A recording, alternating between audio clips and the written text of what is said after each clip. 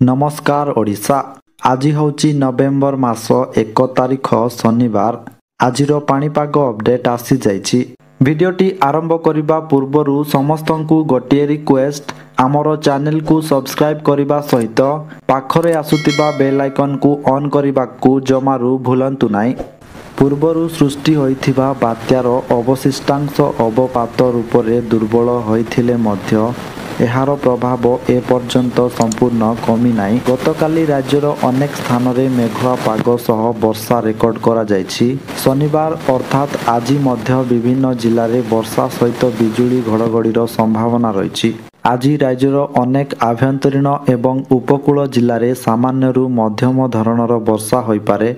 विशेषकर पूर्व ओडिशार किछि जिला एवं उपकूल संलग्न अंचल रे लघुचापर अवशिष्टांश प्रभाव रे पाग मेघुआ रहिबा सह वर्षार परिमाण सामान्य बढ़ी पारे।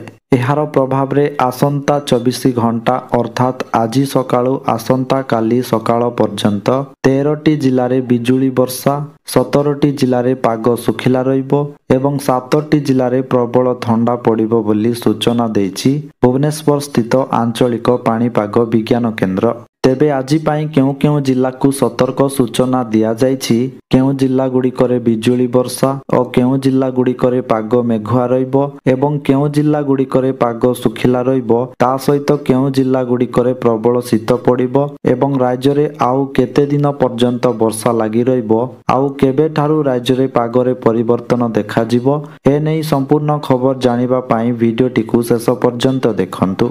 ता सहित चैनल रे नुआ करी आसीथिले आम चैनल जी न्यूज अपडेट को एबे ही सब्सक्राइब करी पाखरे आसुतिबा बेल आइकन को ऑन करी रखंतु, जा फल रे सबुदिन पाणीपाग अपडेट सर्वप्रथमे पाई परिबे। तेबे चलंतु डेरी न करी आजिर पाणीपाग अपडेट उपरे नजर पकाई नेबा।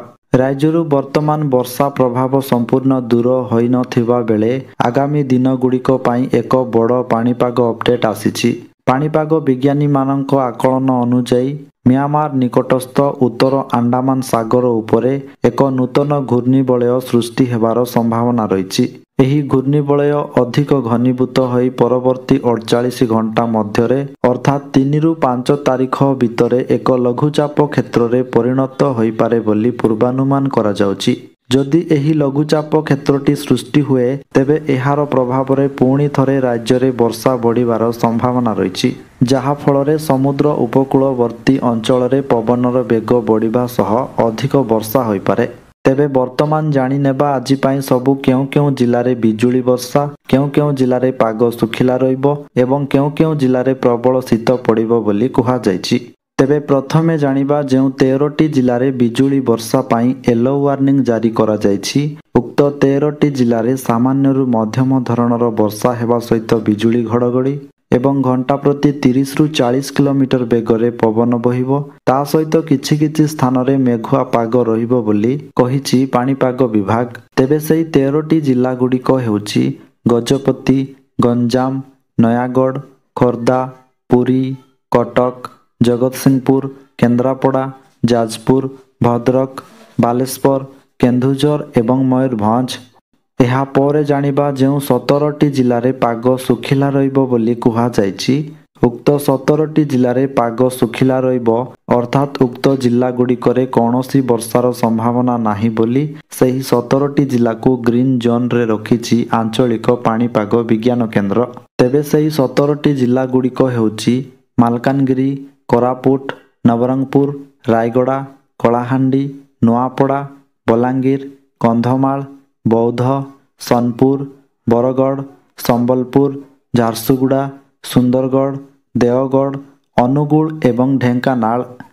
एहा परे जानिबा जेउ 7टी जिल्ला रे प्रबल ठंडा पड़िबो बोली कुहा जायछि। उक्त 7टी जिल्ला रे प्रबल ठंडा पड़िबो ता सहित कुहुडिया पाग रहिबो बोली सूचना देछि आंचलिक पाणीपाग विज्ञान केंद्र। तेबे सेही 7टी जिल्ला गुड़िक हेउछि मालकानगिरी, कोरापुट, नवरंगपुर, कंधमाल, अनुगुल, रायगड़ा एवं भद्रक। तेबे आपण माने केउ जिल्लारू देखुचंती ओ आपणक जिल्ला रे पाग ओ वर्षार प्रभाव किबोली रहिछि आपण माने कमेंट रे निश्चय जणांतु।